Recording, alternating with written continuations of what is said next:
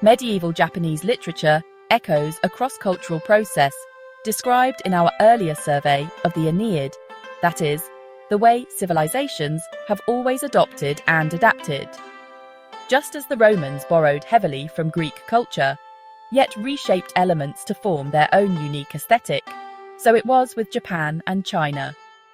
The oldest Japanese poetry collection is the Manyoshu, Japan's 8th century answer to the Chinese Book of Songs, with over 4,500 poems and folk songs from various classes of society. It was followed by the Kokinshu in about 905 CE, which also uses mainly tanka poetic structure, but is a courtly work, that is, limited to the voices of the aristocracy.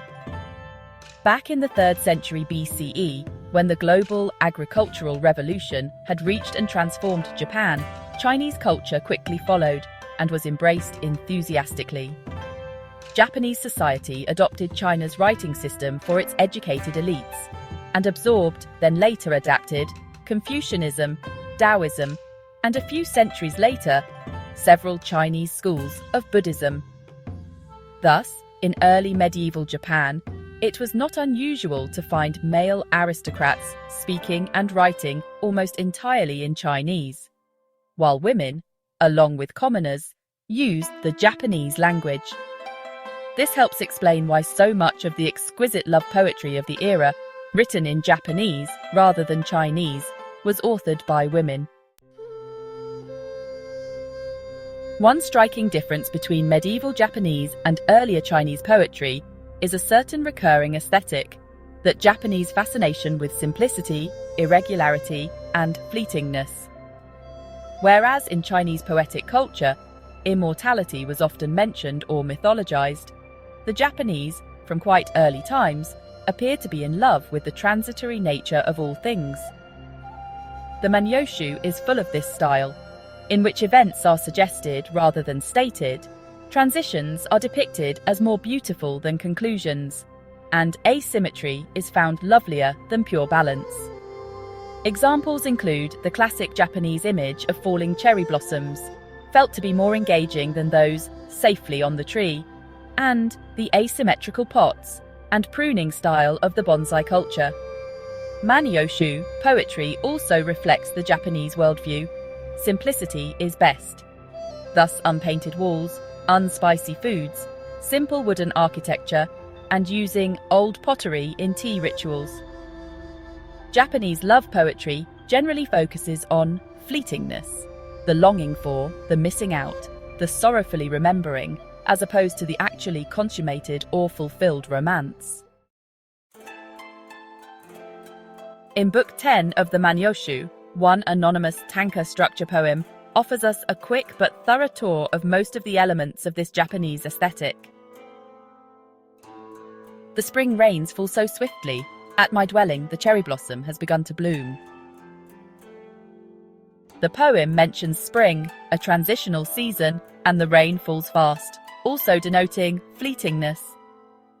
The poet's home is not described, just mentioned simply as needed, and his blossoms are merely opening, not full. The Manyoshu uses mainly tanka structures, but also features choka-style poems, such as those by Kakinomoto Hitomaro, the era's poet laureate, dubbed the Shakespeare of Japanese poetry.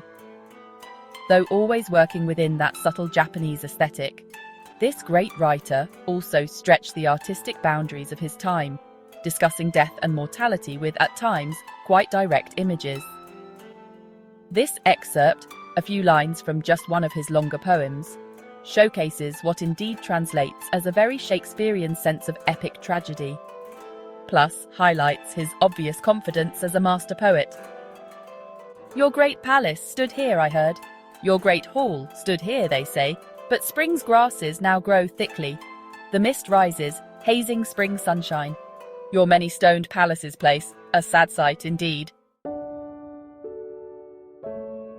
The later Kokinshu collection focuses on two areas: nature, its seasons, and how we respond to them, and emotions, as provoked by engagement in human affairs, especially affairs of the heart. If Hitomaro was the star of the Manyoshu, then Onna no Komachi is surely the queen of the Kokinshu collection. Onna no Komachi was an educated lady-in-waiting at the Japanese imperial court between 850 and 860 CE. Contemporary accounts say she was a stunningly beautiful woman, constantly and resiliently warding off male admirers. Her later life and death remains a haze of unsubstantiated rumors. At time-defying cultural conventions, she crafted some of the most concise and strikingly modern-sounding of the Kokinshu's many love poems, the following being a prime example. I would meet him, but there's no way. So on this moonless night, from my yearning, the embers of my love send sparks leaping in my breast, setting my heart aflame. Poets like Komachi show how Japanese poetry, once so derivative of its Chinese foundations, had, by medieval times, already evolved into a new, unique, vivid genre that is still popular today. If that glance you just took at the Manyoshu and Kokinshu collections was your first visit with us, you might also enjoy tracing the early evolution of East Asian poetry through episodes 4 and 10.